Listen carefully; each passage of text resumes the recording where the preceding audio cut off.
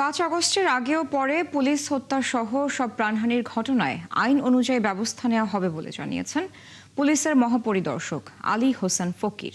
শুক্রবার বিকেলে Rajshahi metropolitan police সদর দপ্তরে আয়োজিত এক প্রেস ব্রিফিংয়ে সাংবাদিকদের প্রশ্নের জবাবে তিনি কথা বলেন। ৫ আগস্টের ঘটনা প্রসঙ্গে আইজিপি বলেন, ওই সময় পুলিশ সহ অনেক লোক মারা গেছেন।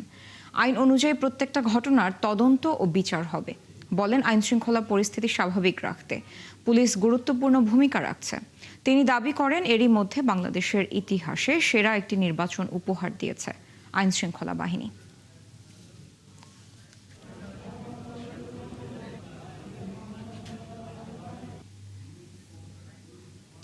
বলছেন কেন? এখানে তো আমাদের পুলিশ সহ অনেক লোকই মারা গিয়েছে। আইন অনুযায়ী প্রত্যেকটা জিনিসের যা হবার সেটাই হবে। পুলিশ বাহিনীর ১ নম্বর এজেন্ডা হচ্ছে আইন শৃঙ্খলা ঠিক রাখা, সমাজে শান্তি প্রতিষ্ঠা করা, ন্যায় বিচার, সুশাসন নিশ্চিত করা।